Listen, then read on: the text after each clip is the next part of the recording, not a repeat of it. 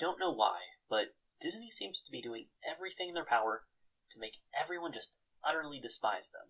Why they do this is anyone's guess, but for some reason Disney is really good at being just completely awful, whether they're being lazy, stupid, or evil. This recent controversy seems to fall in that latter category.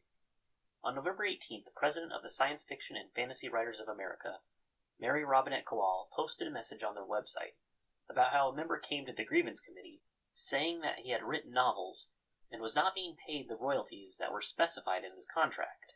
The member is Alan Dean Foster, and the publisher is Disney. Dear Mickey, we have a lot in common, you and I. We share a birthday, November 18th. My dad's nickname was Mickey. There's more. When you purchased Lucasfilm, you acquired the rights to some books I wrote. Star Wars, the novelization of the very first film. Splinter of the Mind's Eye, the first sequel novel. You owe me royalties on these books. You stopped paying them. When you purchased 20th Century Fox, you eventually acquired the rights to the other books I had written.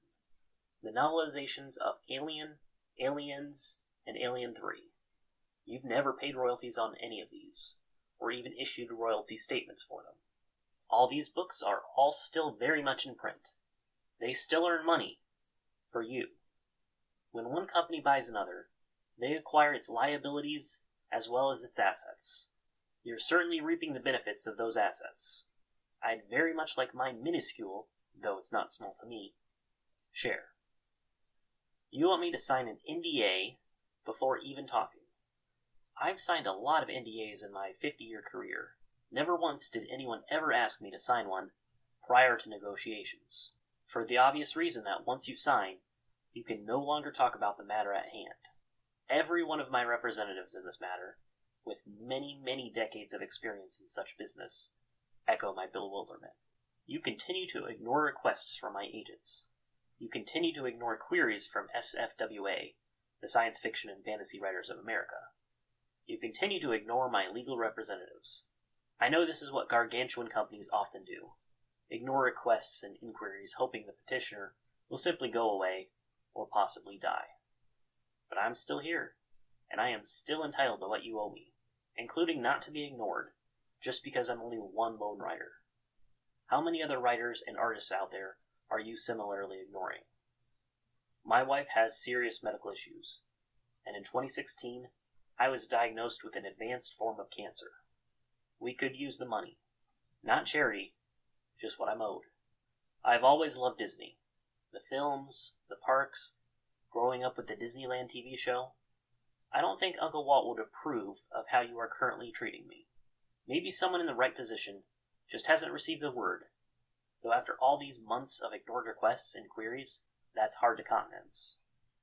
Or as a guy named Bob Iger once said, the way you do anything is the way you do everything. I'm not feeling it. So yeah, this little revelation makes my blood pressure increase ever so slightly whenever I think about it. Mr. Foster has been a part of the franchise since the very beginning. Since he wrote the novelization of A New Hope and Splinter of the Mind's Eye, you could even consider him as the father of the Star Wars Expanded Universe. But for some reason, Disney doesn't feel it necessary to pay the man what he's rightfully owed. I find it fascinating that under the George Lucas era of the franchise, this wasn't an issue at all, but Star Wars is bought by one of the largest megacorporations on the planet, and suddenly Mr. Foster stops getting royalties for his work. But maybe I'm being unfair towards Disney. Maybe every single one of those checks have just been getting lost in the mail. All of them. Every single one since 2012. But as if that's not enough, once Disney bought 20th Century Fox, Mr. Foster stopped getting his royalty checks for the Alien novelizations, which were owned by 20th Century Fox. What a fucking coincidence. Man, I used to be such a big fan of Disney, but with each passing day, I'm becoming more and more embarrassed that I ever had a shred of respect for this company. I know I sound a little harsh, but you don't just get to reap the benefits of someone else's work without paying them. I don't have a law degree or anything, but that seems sort of illegal. Mr. Foster makes a great point that he's probably not the only person being affected by this. Disney is a huge monopoly that wields so much money and power that they can treat their employees like trash and not have to suffer any consequences. After all, they can sweep any controversy under the rug, because at the end of the day, as long as that cash flow keeps coming in, then they don't care who complains.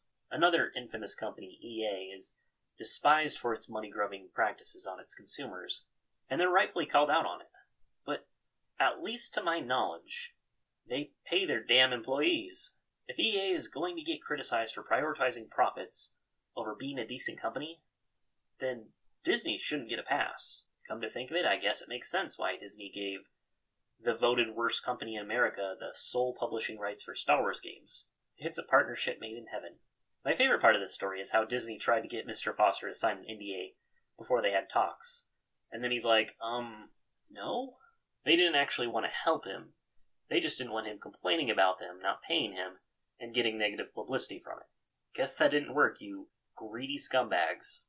Not to sound conspiratorial here, but now I'm really starting to wonder if they let him write the Force Awakens novelization as a way of trying to bribe him under the table so that he didn't try to come after them for not paying his royalties for his other books.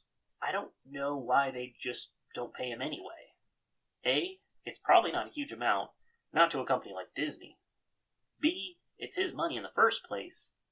And C, Disney now has to deal with all this well-deserved public backlash. And my least favorite part of the story is that both Mr. Foster and his wife are both very ill.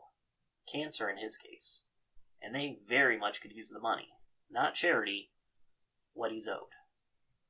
Honestly, if I were in his place, I would threaten to sue them, or at least have them settle out of court for an absurd amount of money.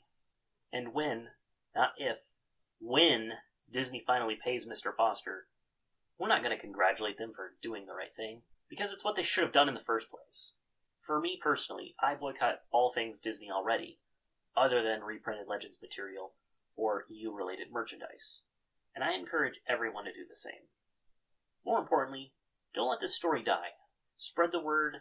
The campaign is #DisneyMustPay. And if, by the off chance, you're a member within the Science Fiction and Fantasy Writers of America, and this is happening to you or someone you know, I'll put a link in the description for a place you can report to them. It's about time that we hold this multi-billion-dollar corporation accountable.